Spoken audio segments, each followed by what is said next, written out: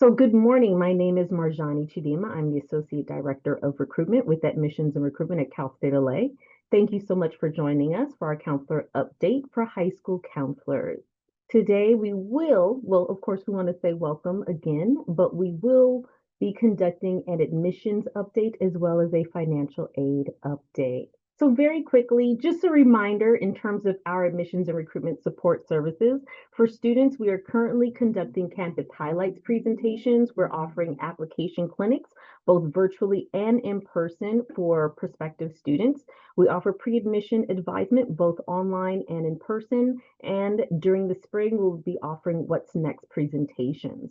For counselors, we are in the midst of our counselor update conference. So thank you so much again for attending.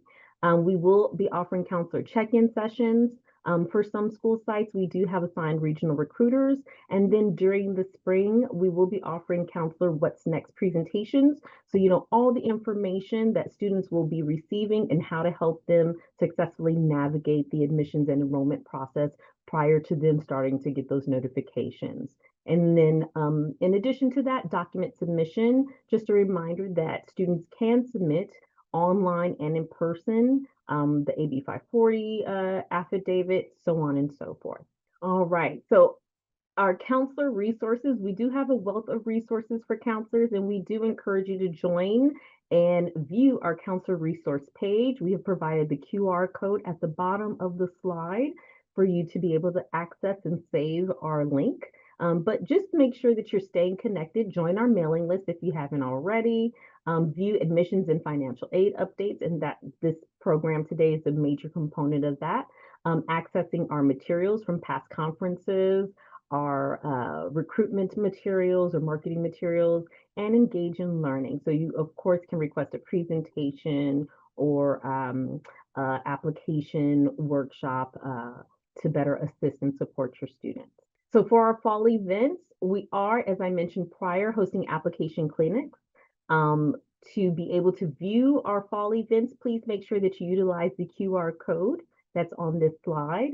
November 15th, we'll be hosting our Eagle Fest open house for all prospective students, families, counselors, the community at large. It is a really great time for you to learn more about our programs, resources, support services. So we encourage you to join us on Saturday, November 15th. And then we also encourage you to make sure that you're scheduling those campus tours so that your students can learn more about Cal State LA and what we have to offer. And just a quick reminder, because we love to give you all reminders, Cal State LA Eagle Fest, again, Saturday, November 15th. Invites are going out to students who have started applications, but students can also go to our page and make sure that they're signing up for Eagle Fest. If you have any questions, please don't hesitate to ask. And with that being said, I am going to turn it over to our admissions team. We have our Associate Director of Admissions, Lisa Rubio, and our Assistant Director, Liliana Flores-Stein. Hi, y'all. Welcome this morning. We'll be co-presenting this presentation this morning. My name is Lisa Rubio, and I'm Associate Director of Admissions here at Cal State LA. And along with my Assistant Director of Admissions, who will briefly introduce herself, we'll be covering the Fall 26 freshman admission updates. Good morning, counselors. My name is Lidiana Flores-Stein, and I'm the Assistant Director of Admissions Evaluations. Welcome. Okay, so we have quite a bit to get through. We will be as brief as possible and try to give you the best information. As you have more info, visit our website and please type in the Q&A. I'll get started with the admissions profile for our class that joined us this fall. So our students currently enrolled right now. The summary reads left to right, and we're going to focus on the freshman tab here. So for applicants, we had close to 36,000 freshman applicants for our fall term, which is amazing. Of that, of that group, we offered admission to 32,914, which is a 92% admit rate, very, very high. And from that group, our students who said yes and accepted our offer by paying their enrollment confirmation deposit, we were at 3,882. From there, we enrolled a class of 2,938, and that class started late August. And so we are approaching midpoint of our fall term, and our students are flowing, and we're open for our next term. Our let me scoot down. Our fall 2025 cutoffs for our California residents, we were at a 2.5. If they fall just below that, your student applicants, they can also be reviewed through multi-factor, which we'll cover in a later slide. But just be aware that the cutoff is 2.5 for our residents and out of state 3.0. The average GPA for our offered students is a 3.43. Admissions at a glance. We are currently open for our fall 2026 term via Cal State Apply. We will close December 1st, which is the Monday following. And we would like all requirements completed by graduation, end of spring. If they do go over, we have some appeal work that we can work with students on, but all requirements do need to be on transcript by the time that they graduate. So just be aware of that. And provisional admissions. Most of our admissions decisions are going out based on what the student lists on their application. So it's really critical that they are reporting correctly because that's what's being reviewed and offered. Okay, so I'm going to go ahead and start off with the CSU minimum eligibility requirements for first-time freshmen. So just some things to consider for freshman admission. They must not have taken any college courses beyond the summer of after high school graduation, and they must meet these minimum requirements. So we're going to go ahead and review the A through G courses in detail in another slide, but pretty much they have to complete all required A through G course prep courses with a grade of C- or better.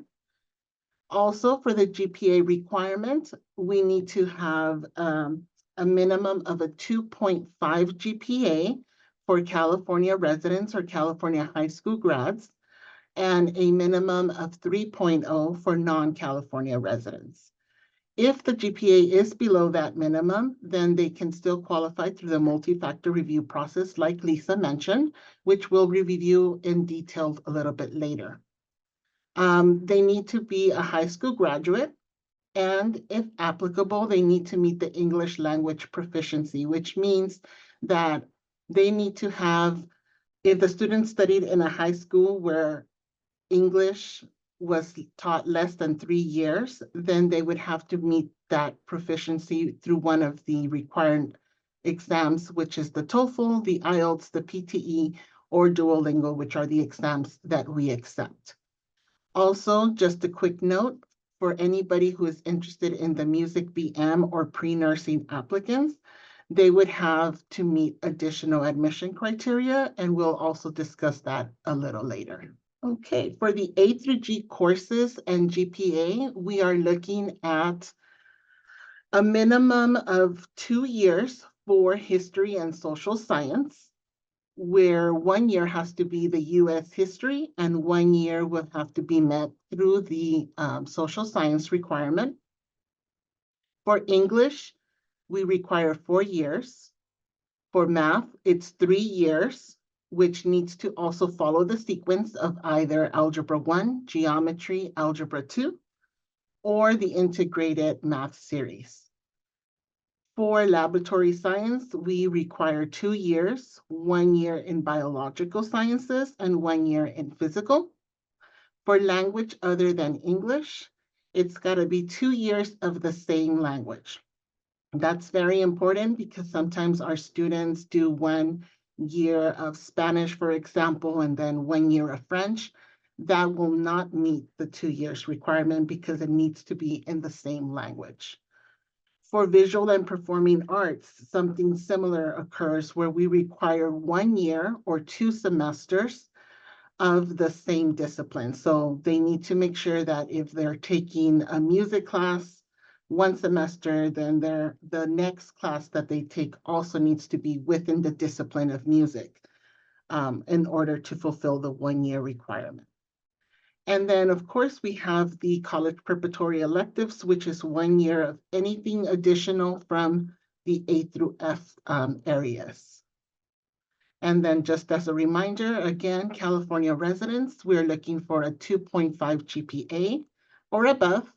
And for non-California residents, it's a 3.0 GPA or above. The multi-factor review process is what we were mentioning, that if our students do not meet those minimum GPA requirements, then we do look at other areas to try to see if we can get them admitted through this process.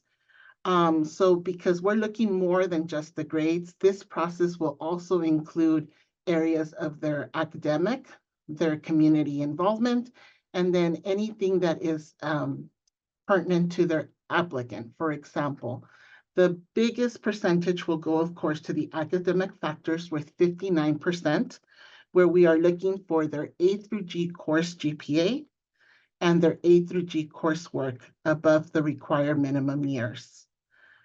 15% is going to go to community commitment. So if the high school is within the local admissions area or any partnership schools that we have, like the Go East LA or the Pasadena Promise, Go Central, those kinds of programs, we will also go ahead and look at that. And then 26% will go to looking if they're first generation, if they're low income, if they're foster youth, if they're educational program participant, if they're working, if they have extracurricular activities. So all of that will go ahead and be taken into consideration when reviewing the application. Now, our two special majors, we have music BM. And for this one, it's in order to be considered for this major, they not only need to meet the minimum CSU freshman requirements, but they also need to complete an audition. And during that audition, they will be evaluated by one of the faculty members to grant them either admission to the BM program or the BA in music. And this program also has the audition deadline of February 6th. And the other program that we have is the pre-nursing. And for this one, we want to go ahead and make a special note before I go through the requirements, that students are admitted to the Cal State LA as undeclared or to a major other than pre-nursing cannot switch into the pre-nursing or apply to the nursing program later. So because it is very competitive, you want to make sure that our students are committed from the start, and we want to be able to review them so that they meet the minimum CSU freshman requirements. They also, in addition to meeting the minimum, is they have to have a minimum of a 3.5 GPA in all their coursework A through G, okay? Also, they must earn a grade of B- or better on the first attempt in the following full year courses. So the first attempt of either intermediate algebra, algebra 2, or integrated math 3, it needs to be a B- or better. The same goes with their first attempt of biology and their first attempt of chemistry. Okay. Also, if we do not offer admission to the pre-nursing because they didn't meet one of the requirements, but they are still CSU eligible students, then we will consider them for an alternate major admission to the undeclared exploring health professions major. Okay, and next we also have our lower division transfers. In order to be considered a lower division transfer, they need to have less than 60 transferable semester units and meet the minimum requirements. So for example, for fall admission, requirements must be met by the end of the spring term. But if a student reaches 60 or more units by the end of summer, then they will be reclassified as upper division transfer students because they will not have less than the 60 required. For our LDTs, they must meet the CSU freshman requirements, which is they must have graduated from a high school or earned the GED, complete the A through G coursework with grades of C- or better. They also must have earned an A through G GPA of 2.5 or above for California residents, or 3.0 GPA for non-California residents. Within their transferable units and GE breadth courses, they need to have fewer than 60 transferable semester units, as mentioned, or 90 quarter units. And they must complete the following GE courses with a C- or better, and that would be English composition, which is now known as Area 1A, and mathematical concepts and quantitative reasoning, also known as Area 2. Their transferable GPA needs to be an overall transferable GPA of 2.0 within the college coursework. They need to be in good academic standing at the last institution. And if applicable, they need to meet the English language proficiency. And again, that's for a student attended a high school taught in English for less than 3 years, then they will have to meet the requirement by taking one of the exams and getting the respective passing score. I'll be doing the next slides. Just a quick note, wanted to mention for lower division transfers, if you have students that are coming back to you all, attended for one semester and have AP, they can also fulfill their GE English and math with AP. That will work as well. Okay, so let's talk about our admission rounds, how we admit here at LA. Round one, so once the application closes, data is brought in and cleaned up, and we review the students who are applying for our non-competitive majors. So just our non-impacted majors, as long as they are eligible, meet the minimum requirements, then they are offered admission. The second round next goes to our majors that Lily covered, which is music BM and pre-nursing. These have additional requirements, so they're going to be either doing their faculty audition and getting feedback from that, or they're going to be fulfilling their pre-nursing ranking there. And that way we will have some input from those two departments, and then we will be letting them know sometime in the spring. And then our third round after that, if our students are not eligible through meeting minimum requirements and they have been reviewed for their major, then we have the multi-factor review process. So that came through when SATs and ACTs were not really happening during COVID, and we had eligibility index prior. Now we're using multi-factor review. One of the questions in the chat was about the percentages. That's just based on what factors are coming from their application. And then we give points. So we award points for those areas.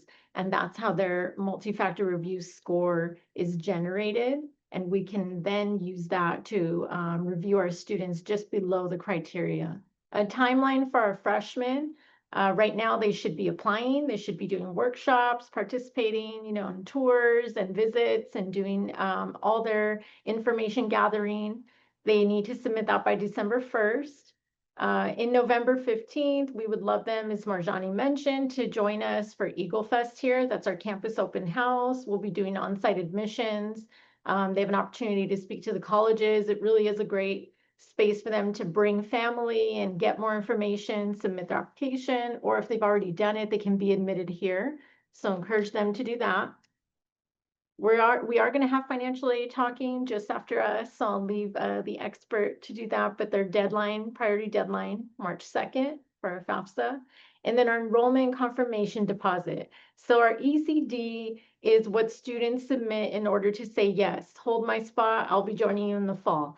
And that deadline is May 1st. There is some waivers available that they would have to fill out directly with us. So they need to start early if they know that they're going to be doing that process, and no later than May 1st.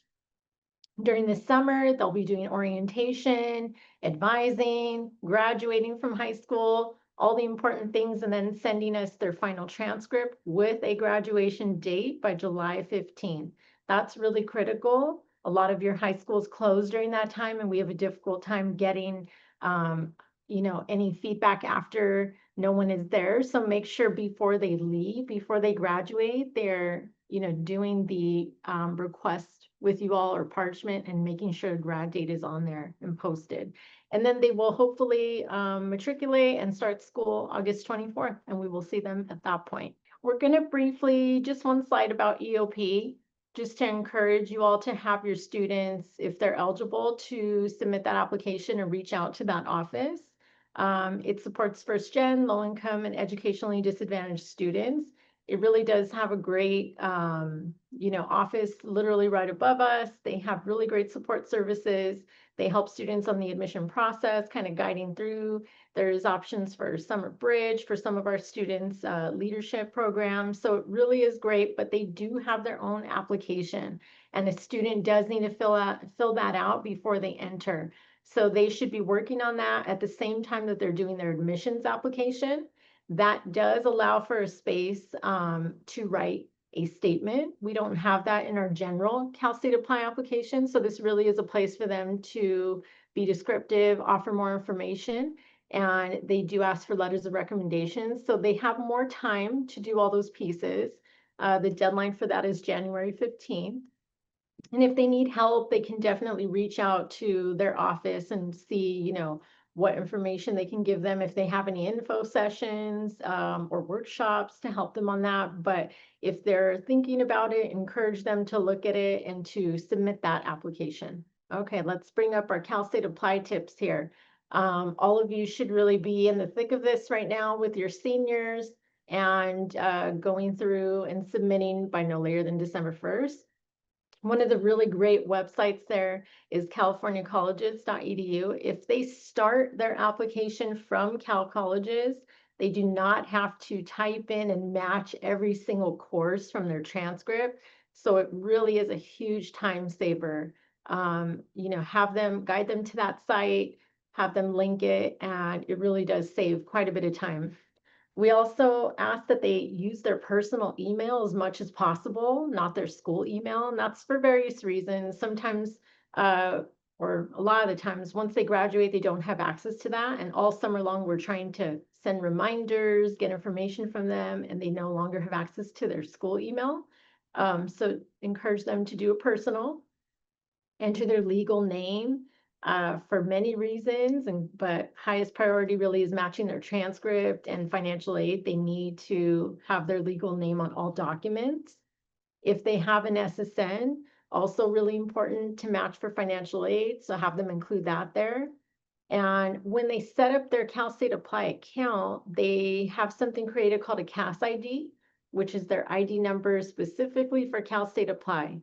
If they're having trouble submitting or some kind of technical error happens, or they just need help at that point, there is no other way for us to find them besides their CAS ID. So once they create it, have them go up into that top right corner and either do a quick screenshot or write it down, save it.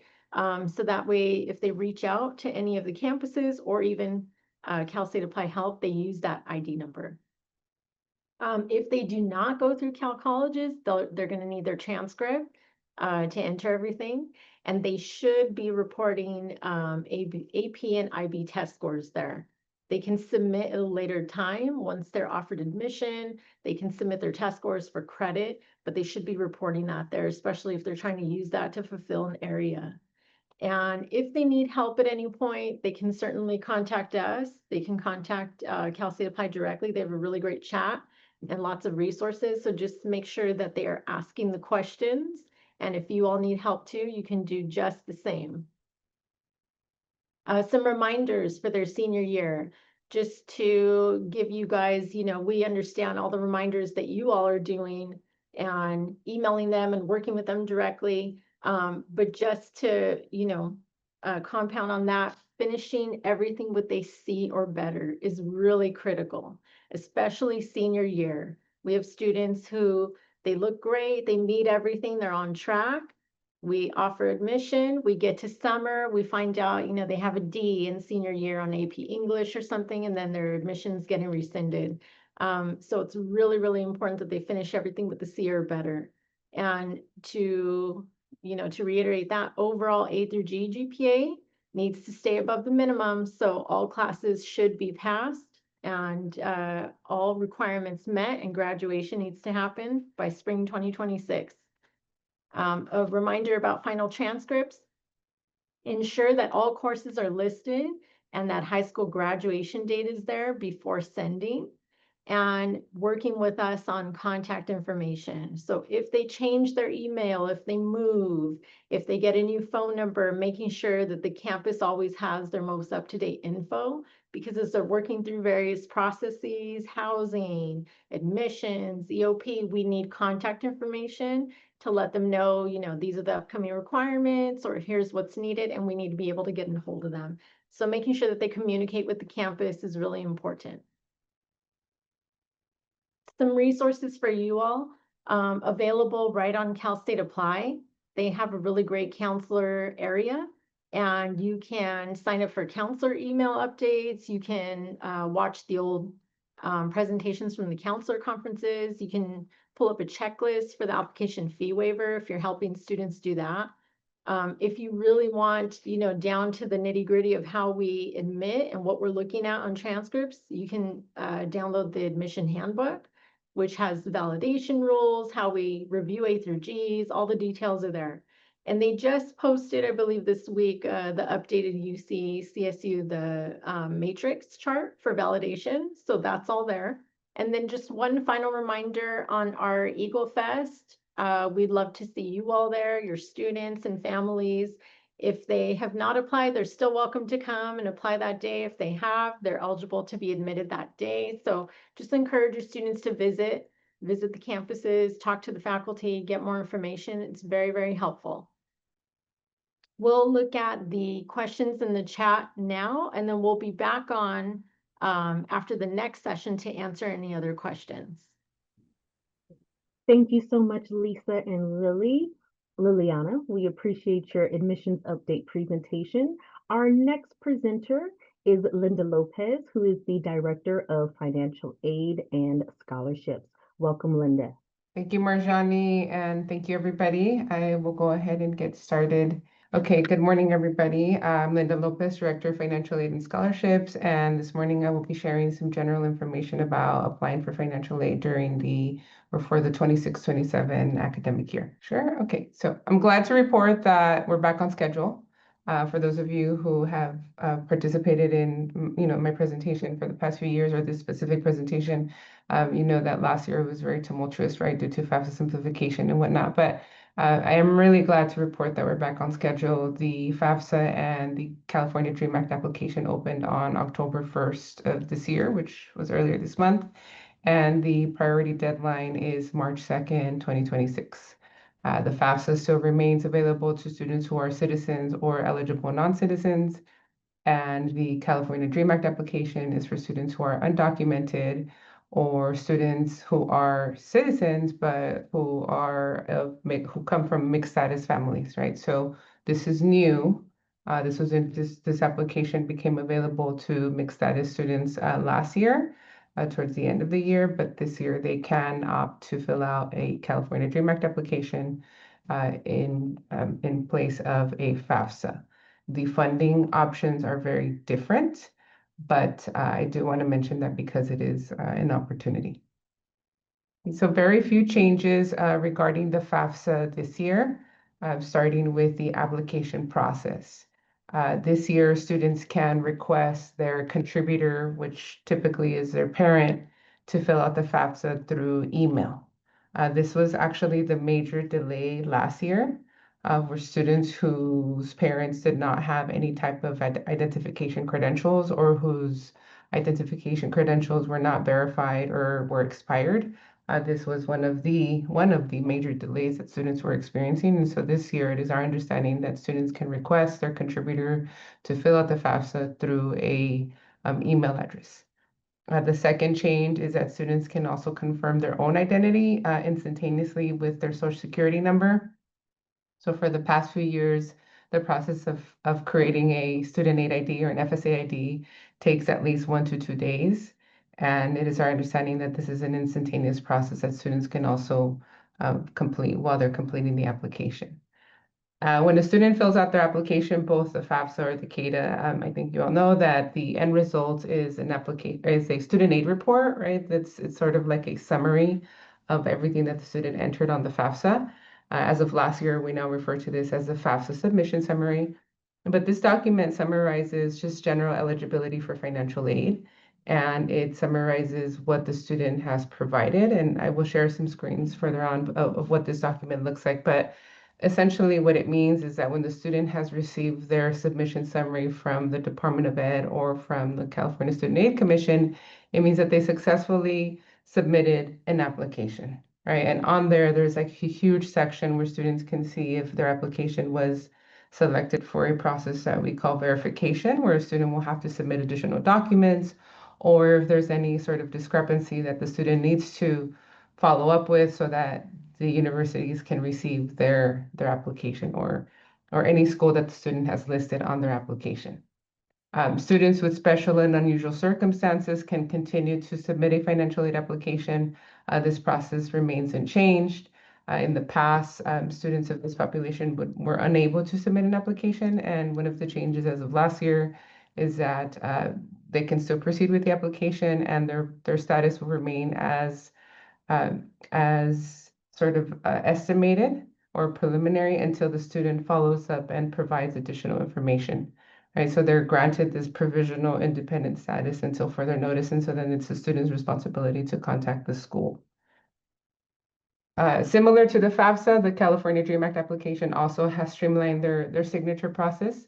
The goal is to help students complete their application once and for all without having to go back and forth with emails or verifying information and whatnot. I think that last year was a big experience. It's last year for the past few years, we realized, or not we, but the students, we in financial aid understood that this was actually very problematic because this was one of the reasons why students were submitted their applications late. Now, it is also understanding that the number of applications that are selected for verification has been reduced. For those of you who are familiar with verification, it's a complicated process that sometimes can also delay the students' availability of funds, right? Students typically have to gather their parents' income tax information and a lot of other household verification information. And in the past, schools had to, at least 30% of our student population was selected for verification, and we have been informed that the number has been reduced by 10%. So that's great news. And while the FAFSA has reduced the number of questions on the application, the numbers on the California DREAM Act application remain unchanged. So that is still the same as it was in the past. Now, the screenshots that I'm going to show are intended to sort of share what the 26-27 FAFSA looks like. This is as of now. And, in reviewing the information, you'll see that a lot of it is very similar to what it looks like or what it looked like last year. But when a student logs on to complete their FAFSA, this is the very first screen that they are presented with. This is like the main landing page, and this is essentially the first step. Now, you'll see that there's a lot of information on here, right? I think that it's a little busy, in my opinion, but it's great because it does answer a lot of questions that students typically might have when they are beginning the process of filling out a FAFSA, right? They can also verify any specific deadlines according to the state that they live in, or if they're planning to study out of state, they'll know what those deadlines are. And on here, they can also renew an application in the future. And there's a lot of, this screenshot doesn't show additional information further below, but if you scroll, you'll see that the feds have put in a lot of time in updating their resources and essentially creating like a landing page so that students can answer a lot of the questions that they might have. So then after the student fills out this information, let me see here, oops. Once the student logs in, they need to create a student aid account. And like I mentioned, if they don't have one, then this is where they would create one. This is where they would enter their social security number, and their information or their identity is verified instantaneously. And so there's no longer a need to wait more than a few minutes, if not maybe a few hours. So this is good news because we want students, just like I mentioned about Decatur, we want them to fill out their application once and for all when they log in. Once a student begins the application, they will have to select a role, right? And the concept of role is new as of last year. In the past, parents, guardians, parent one, parent two, the naming conventions have changed over the years. but the concept is the same, where the role is the student, right? They're the main applicant and the contributor is the parent. This you see here on at the very bottom where it says that you receive an invitation code. If the student has applied and has filled out their section, once they enter their parent's email address, when the parent clicks on their email, this is where they would go and they would select themselves as the parent and they would enter the invitation code that they received in email, which I will show in the next few slides. Now, once the student begins filling out the FAFSA, they're taken through this onboarding process. This is also new. And I think it's pretty cool because there's a combination of short videos that are designed to help answer questions. The videos are probably like 1 to 2 minutes long, and they're helpful because we know that students fill out their application at different points throughout the day, right? And sometimes students fill their application out after business hours, and there's no one to call to help them answer some of the questions they may have. That doesn't mean that every question will be available on these videos, but I think for the most part, from what we've seen and how we understand this process to work, these videos are pretty helpful in helping navigate the student through the process and explain what some of the documents that they will need are, what they are, like taxes or just any information about assets or investments or whatnot. Now, in order for any financial aid office to receive the FAFSA specifically, the student must grant consent to retrieve tax information. This was new. This was introduced in 25-26, and it remains unchanged for 26-27. For those of you who are familiar with the IRS data retrieval process, over the past few years, the feds introduced this so that students don't have to manually enter their tax information.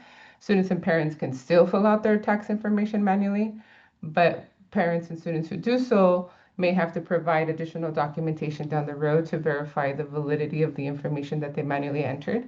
And so we recommend that students who have the option and who can retrieve their information automatically through the IRS data retrieval process, that they go ahead and do so.